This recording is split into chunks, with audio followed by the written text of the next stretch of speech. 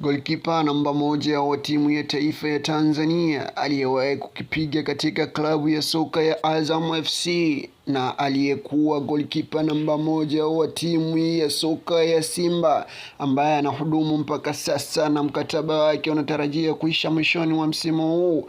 Hali imekuwa tofauti katika msimu huu mara baada ya kuwa ni mtu wa kusugua benchi vilivyo.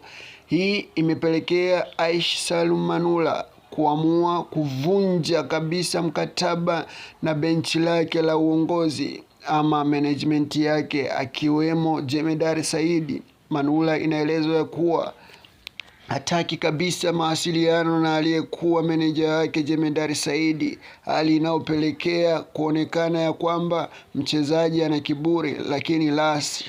Kumbe sababu ya Manula kusugua benchi na kuendelea kupitia matatizo yote, sababu ni wakala wake.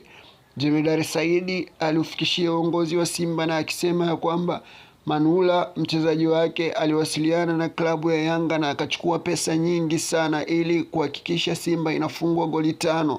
Jemedari amekuwa ni wakala msaliti, meneja msaliti aliyemsaliti mchezaji wake. Amesahau kwamba mchezaji ndo sababu ya yeye kuwa mjini, mchezaji ndo sababu ya yeye kupata pesa alizozipata kutokana na usajili wake. Basi Aish Manula ameamua kuishi kivyake na kuepuka msaliti.